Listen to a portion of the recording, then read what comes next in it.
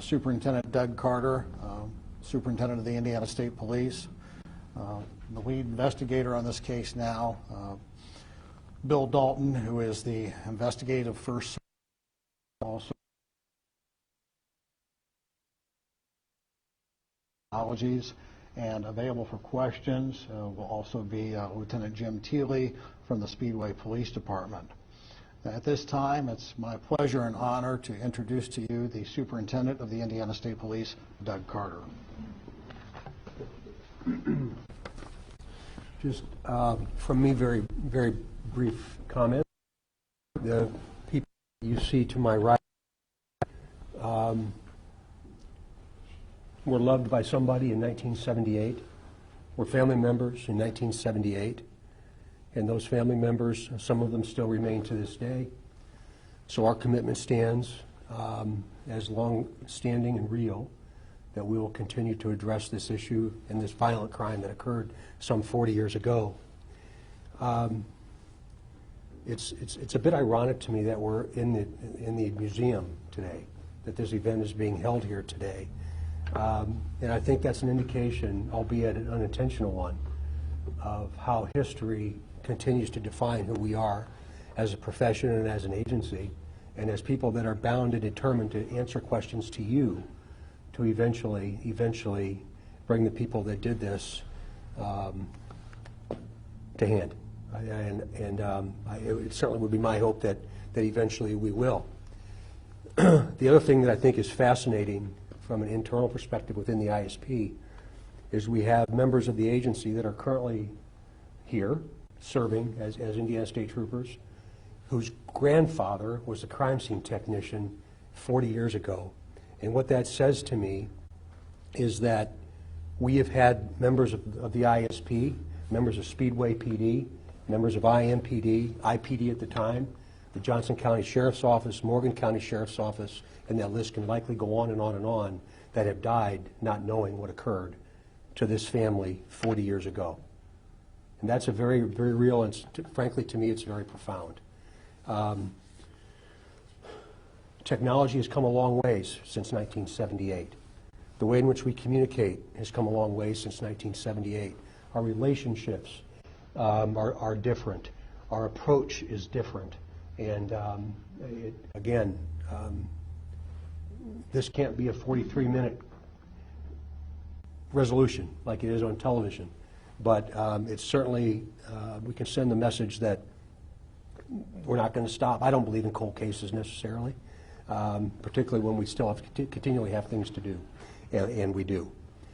I couldn't be more proud of First Sergeant Bill Dalton, Captain Cohen, Lieutenant Jeff Herron in the back for their resolute ability and desire to continue to perpetuate this after all these years. And I'll close with saying to each of you, thank you. I know I'm going to get some questions on Flora and Delphi, and that they continue to rock my soul to this day. I was 17 years old when this 16 years old when this case happened in 1978.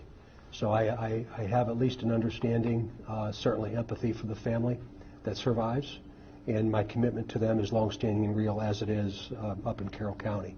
So with that said, I'd like First Sergeant Bill Dalton to come to the podium. Bill has taken a new, energized approach to a voluminous amount of information and some intelligence, and has immersed himself inside this case from some 40 years ago. So it's my pleasure to ask Bill Dalton to please come to the podium.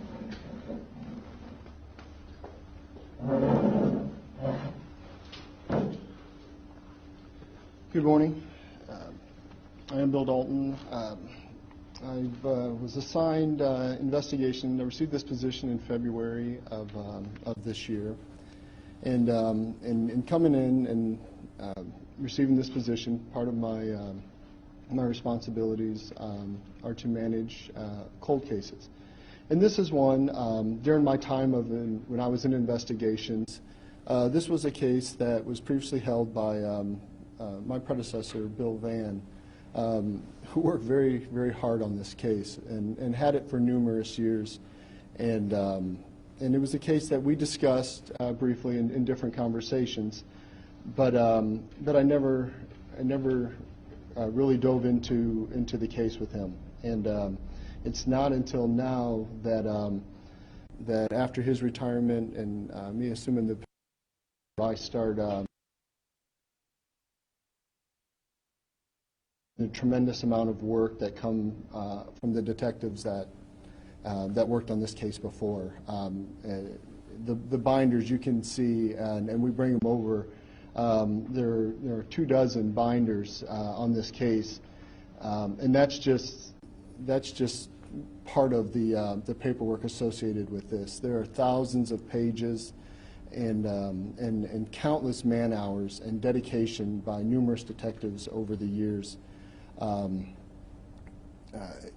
who have worked on this case, and as the superintendent mentioned, just the dedication by those, because this affected people, or affected the investigators over the last 40 years, and some of them, and I'll speak to it in a moment, but some of those detectives that I'm speaking to now carry this with them every day and continue to think about this case every day. So when I received this case, I had to make a decision on kind of the approach in which it was going to be investigated, and it has been run down, and there's been numerous newspaper articles, magazines, and news stories that have talked to some of the retired detectives, and those investigators who are great investigators, which is proven by the work in those binders, all fell short of being able to get to that level to be able to get charges or prosecution. So with that, and with my lack of information coming into this case, I'm going to use that to kind of come in with fresh eyes, a new perspective, and a new look, and not come in picking up based off of one theory that the investigators worked before.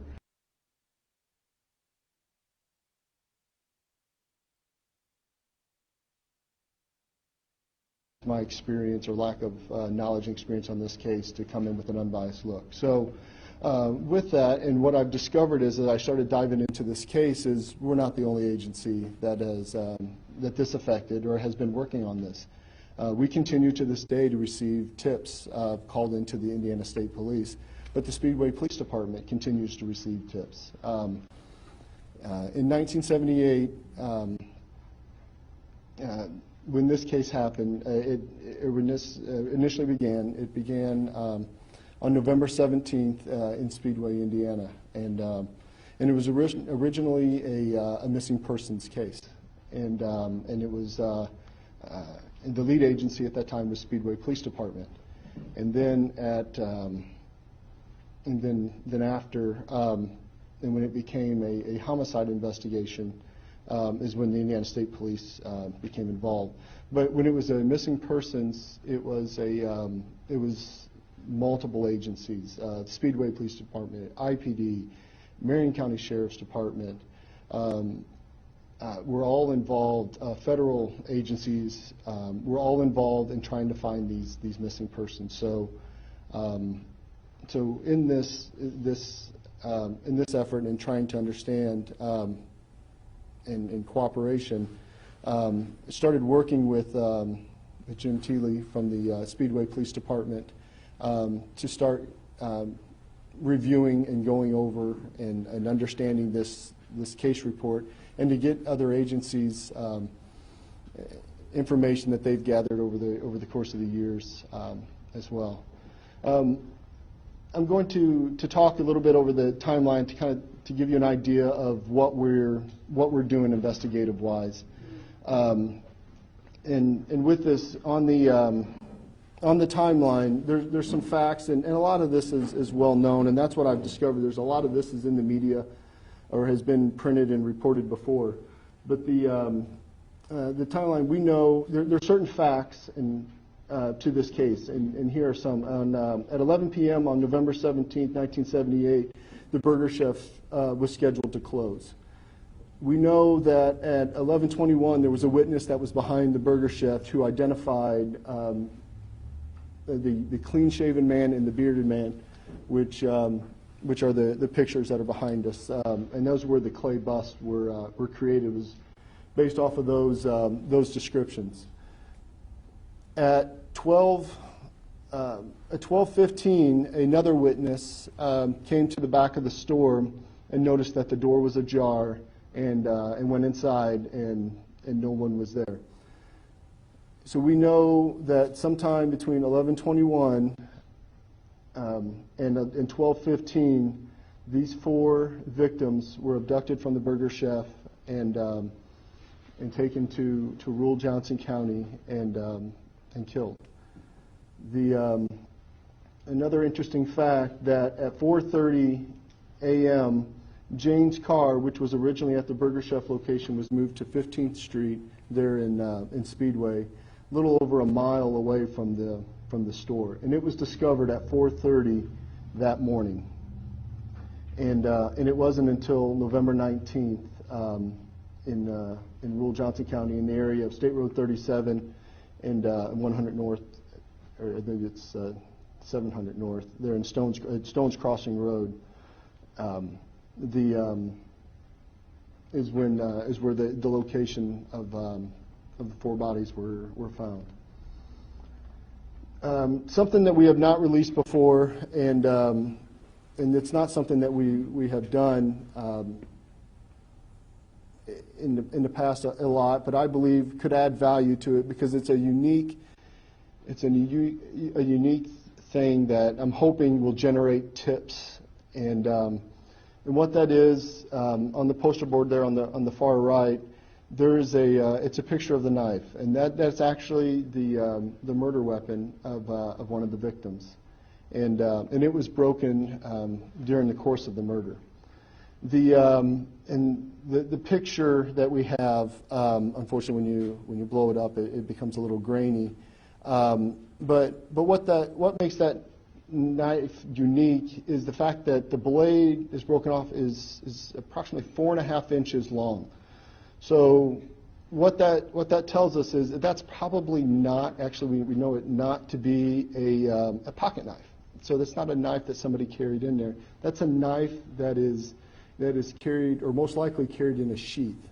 So, which is distinctive. So what we're looking for, and again, the tips that we've been receiving, another identifier that one of the suspects was wearing at the time of the murder was likely a sheath, or carried a knife, a long bladed knife like this. So, so anybody who has tips or has an idea, or that meets the description of somebody during that time, that we ask that you would call Crime Stoppers. The number is 262-TIPS, and please leave information, and we'd like to hear from you, and we'll follow up on that. The other part that I want to discuss, and that is vital to this investigation, is gathering or taking all this information, is getting it into a format where we can use technologies of today to be able to generate more tips, or to actually help us investigative-wise, and where that and how we're going to do that is in our intelligence section, and Captain Cohen and his analysts are going to be instrumental in doing so, and it's just going to be able to get this information into a format that I believe can help us paint a better picture than words on a piece of paper from 40 years ago. So with that, I'd like to introduce Captain Cohen.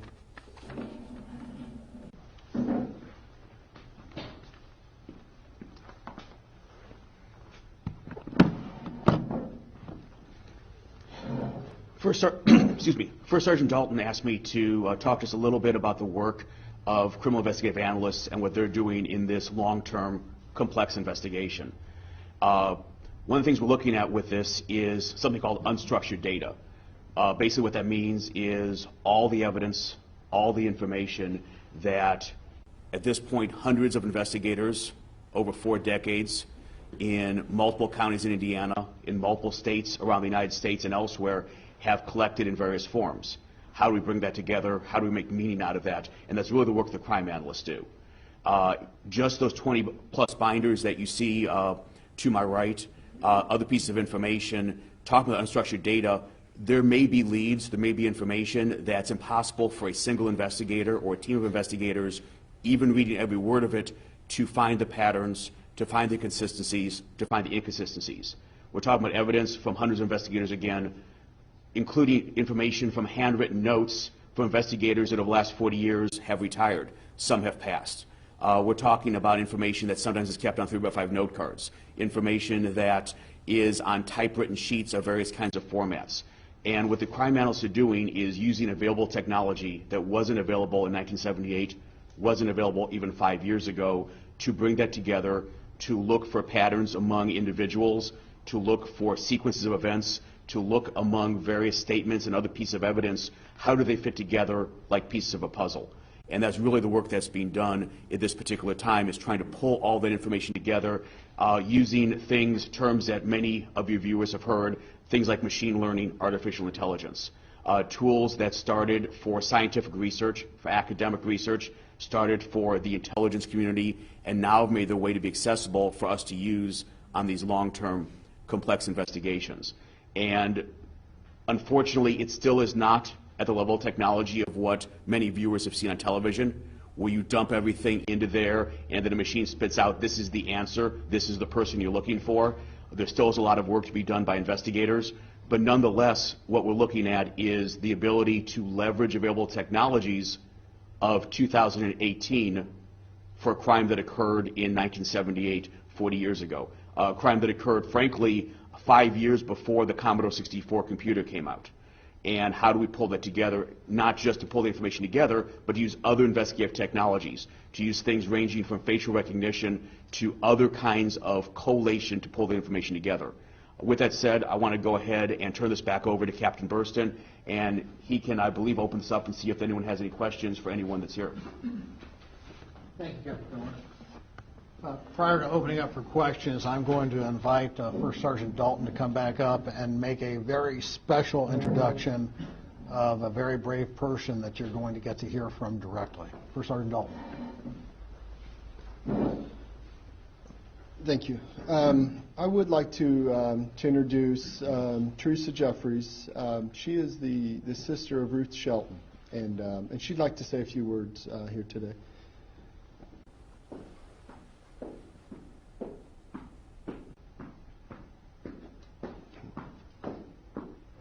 Thank you very much. Hi, my name is Teresa Jeffries. I am the sister of Ruth Shelton. I guess why I'm here is not to talk about an investigation or a case. I'm here to talk about people. These aren't just victims. That was my sister. That was her co-worker. I'm having a problem with the connection. Jane, Mark, Daniel, and Ruth are real people with real families, with real friends that deserve justice. I am sure that everyone here has lost someone of importance in their life. And when you do, it's devastating. But you go through the grieving process and you go through whatever ritual that you need to do, whether it be a funeral or a wake, and then you try to move on. But when there's a murder involved in this, it's harder to move on because all of the boxes, all of those steps that are supposed to be taken aren't complete. We don't have all the answers. And there's someone out there that does. Technology is wonderful, And I hope that before my time on earth is gone, that I have those answers. But if you know something about this, and you can help these investigators to bring conclusion to this, I would greatly appreciate it. And I'm sure that the families and friends of every one of these people would too. Thank you. Thank you very much. I've got a chair for you right over there. Well, while she's up there, could you tell us why you decided to come forward today?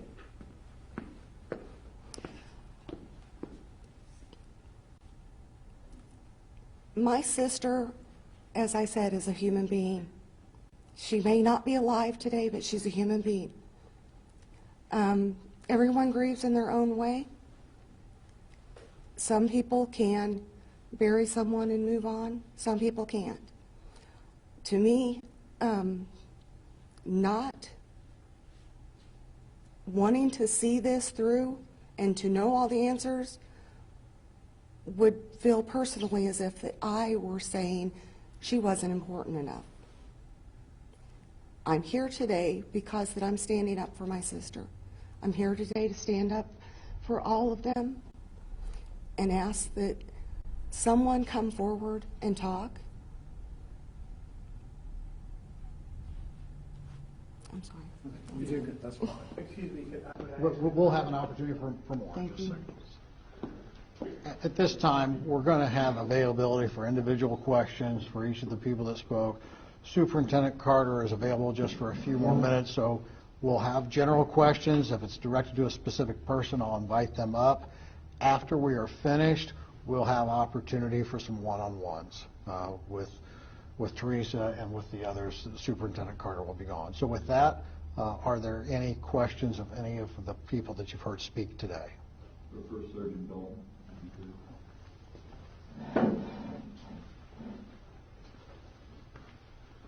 First Sergeant, is there anything when you looked through the file that jumped out at you and you said, hey, here's something I think we need to dig into, or, you know, something that really sparked your imagination that you think may be an avenue for solution?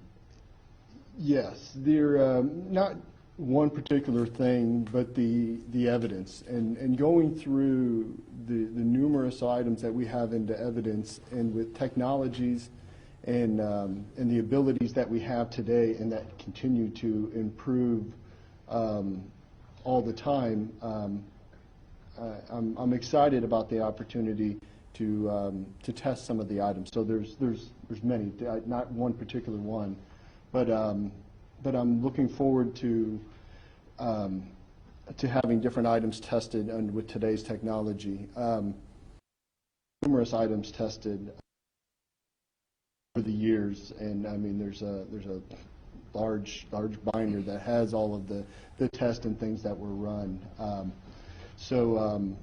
But it's again, but with that, and what I continue to learn when it comes to the lab and to DNA is the abilities that they can, and some of the limitations that they have, because before I go and test a particular item, because the idea or the perception is, well, just test everything for DNA. Well, you can't just test everything for DNA. It's not as simple as that.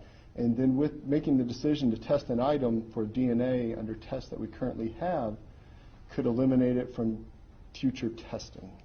So before I say, hey, test that item, I want to know everything about that item. So if I make the decision to have it tested, it is under today's technology, is it the right decision? So, is there anything, that's the evidence in the testing, but is there anything in the witness or suspect statements that you have read that go, wait a minute, this doesn't sound right, there's something wrong with this statement, or wait a minute, this guy said two different things on two different days. Is there anything from the human investigation gathering that has really sparked your imagination? Lots of it,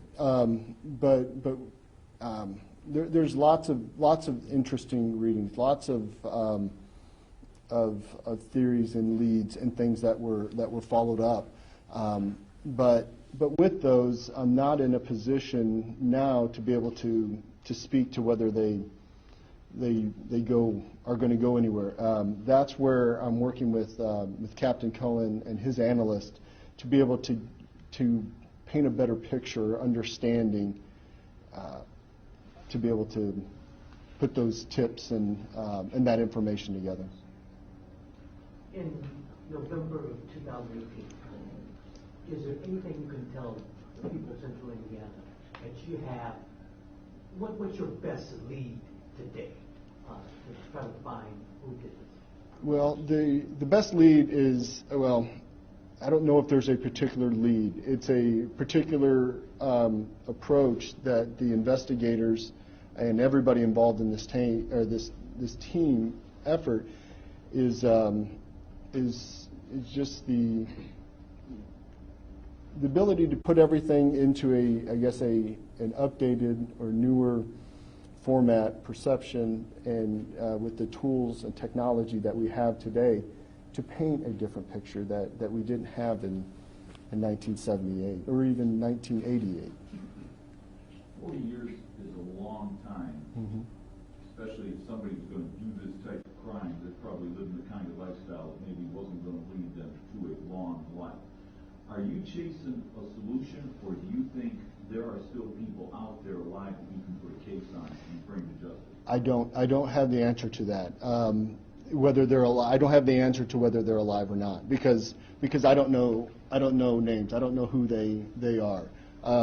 And what I'm chasing, well, I'm chasing answers. I'm chasing answers for Teresa and for the family members. They deserve closure, and somebody knows. I mean, somebody has carried this secret for 40 years, and it's time to unload that secret, that burden, and and call in and give us that piece of information that we need to be able to hold somebody accountable for this.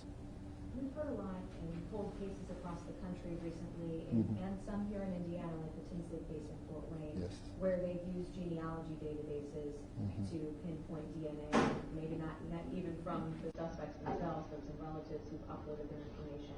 Is that something you're utilizing in this case, or at least exploring? Well, of course. I mean, any technology, anything we have, we would absolutely use.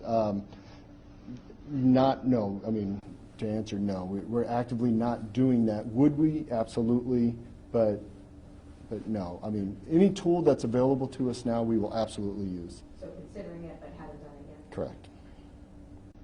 How many tips have you had this year, since February, since you've taken over?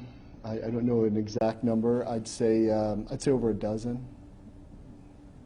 How many man-hours since February has been spent on this case?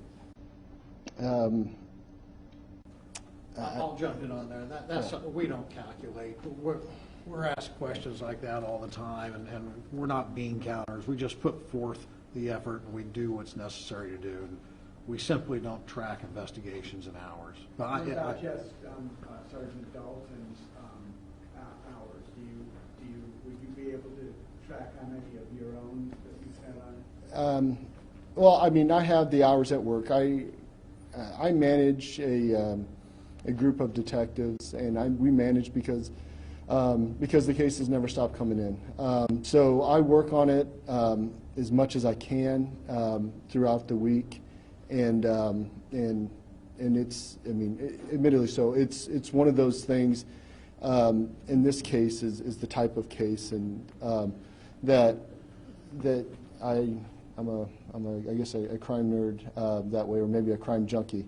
That I read this stuff on my own time. It's so much information, so I don't have any idea to be able to track it in hours. It's always on my mind. Is there more evidence that investigators are holding close to the vest, or are all your cards on the table at this point? And what made you decide to release the knife? No, there's more evidence and stuff that we have. The reason for releasing the knife is because we're looking for that. We wanted to release something that has not been released, and we think that this is something that is distinctive enough that it may carry the weight to be able to help somebody. It may be, that I recognize that John Doe in 1978 always carried a knife in a sheath, and I always assumed that he, or thought he may have been involved, but I just never wanted to believe it. So it may just be that extra motivation to call in. Sergeant Dalton, looking back over this case over the years, what do you think are the greatest obstacles to having been able to solve this case? There's many obstacles. I mean, the fact that it's 40 years removed, so having to create or to present a case, because the same burden that they had in 1978 that a prosecutor has to believe beyond a reasonable doubt is the same burden we have today. And it's made by hurdles because of those investigators who are no longer here, or witnesses who have passed. Those are hurdles that we have to overcome. But cold cases are solved all the time. So they're just hurdles, and we'll work to overcome. One of the obstacles has been, has it not, being able to understand what the motive was? Yes, absolutely. The investigation, the part to understand why. I mean, why were 4 kids abducted out of a Burger Chef restaurant and driven to a remote part of Johnson County and murdered? Absolutely. I mean, that baffles the mind on why that would happen. So, and there's a lot of working theories, but we'll try to sort through those. How much closer are you now than you were, let's say, 5 years ago to solving this case? And what's your level of confidence that it will be solved and you'll catch these guys? I mean, with that, I didn't have it 5 years ago. So, I mean, my confidence level on the case, I'm optimistic. I want to see resolution to it. I want to see resolution for the family. And I want to hold the person who committed this horrific, persons who committed this horrific act held accountable for it. First, sir, to be a cold case investigator, you have to be a historian, and the superintendent alluded to the fact he was 16 years old back then. Mm-hmm. You've read this file. What was going on in Indianapolis, crime-wise or just socially-wise, as you look back? Describe to me what Indianapolis was.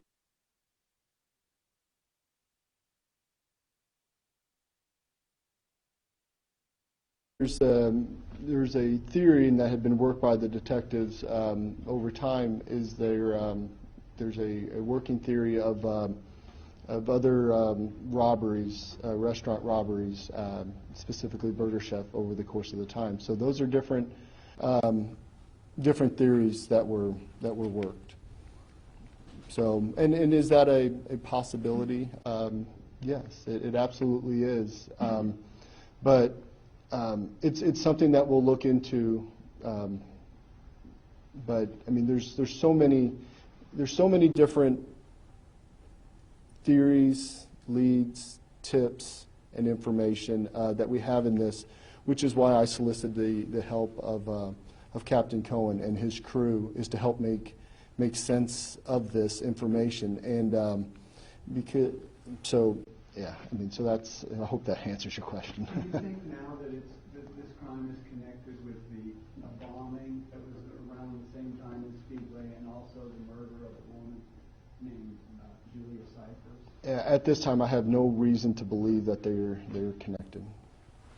You just found the knife blade, not the handle. Is that what you're saying about releasing this? Yes, the handle was never found with that knife, and so no, we only have the blade. Did your file ever put names on those 2 guys that are up there on the screen? Definitively, no. I mean, lots of theories, and there's books of suspects, but definitively, no. Your predecessor thought he was pretty sure he maybe did it, but couldn't prove it. Is that, so I assume you're aware of his theory then. Do you discount that? No, I don't discount any theory. It's the approach that we as an investigative team are going to take in this, is that we're going to, it is 40 years. So I'm going to take advantage of my position and to come in and be fresh eyes. But we're going to start at the beginning. We're going to look at everything objectively, and if it leads us to the same path of prior investigators, that's outstanding. But all of the investigation, we have not in this investigation been able to get over the top and to get enough probable cause to make an arrest on it. Hey, have you conducted interviews with suspects? No, I have not. I've not conducted interviews with suspects. No. So I've talked to.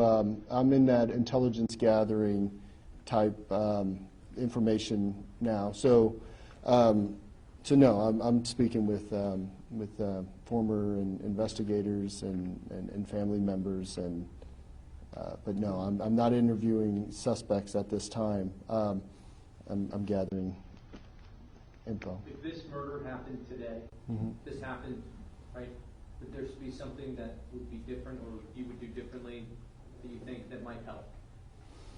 I mean, the technologies that we have today are a tremendous help. You know, I mean, you can't go to a convenience store and not have video cameras, or everybody has a camera on their hip with their phone.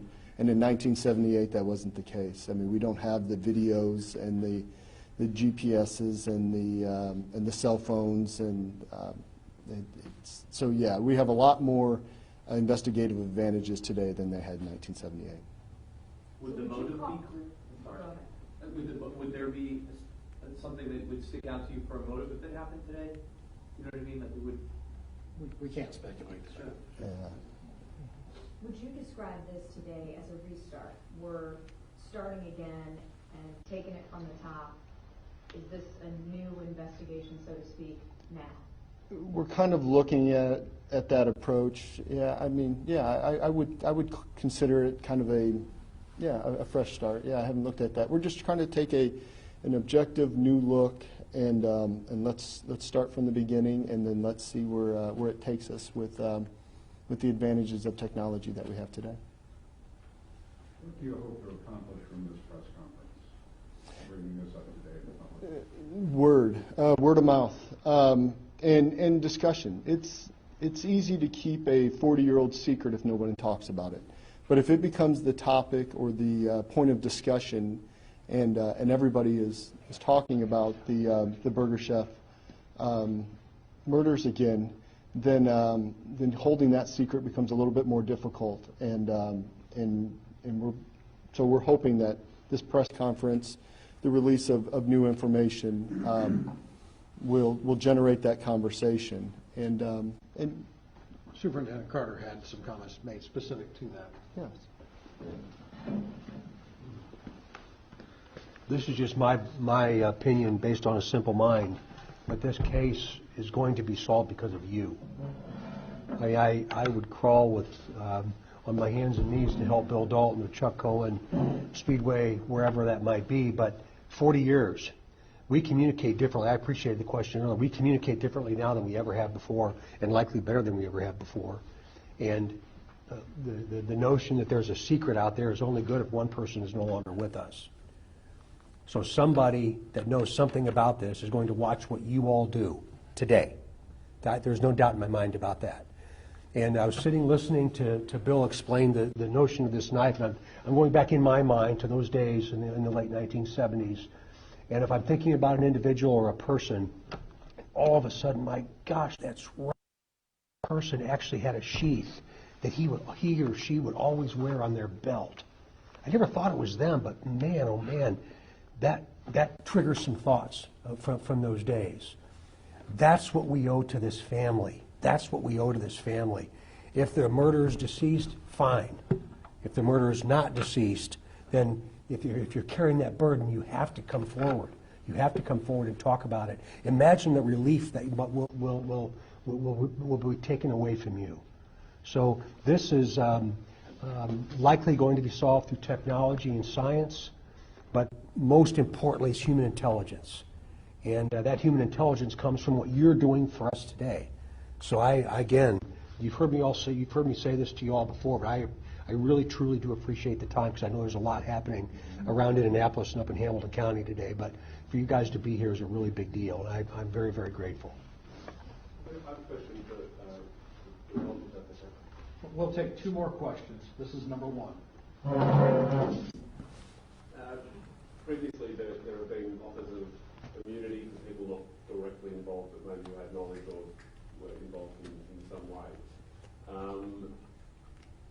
Will they be on the table again this time around? Rewards, things like that? Is that? I don't really know how to answer that question.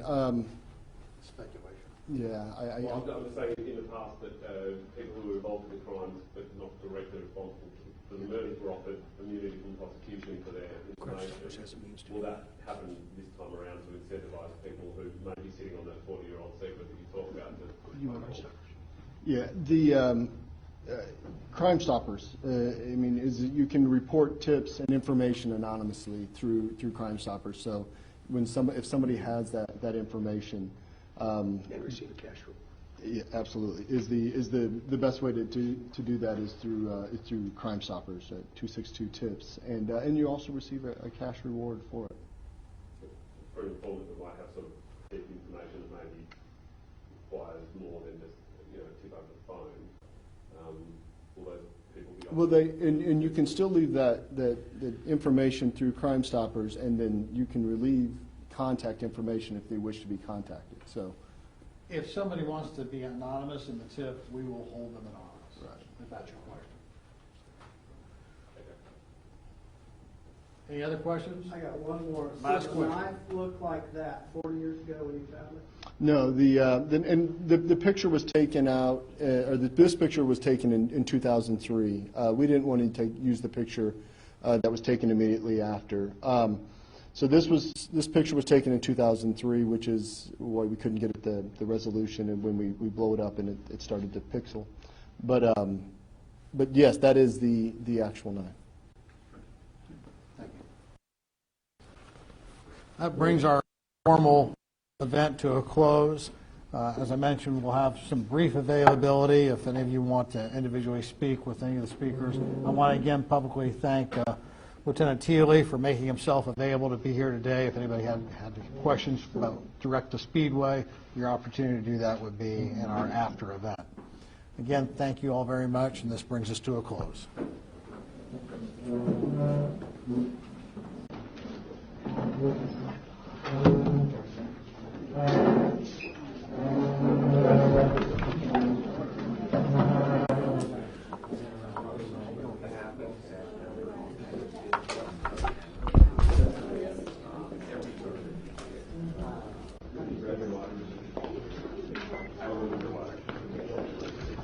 You're all right.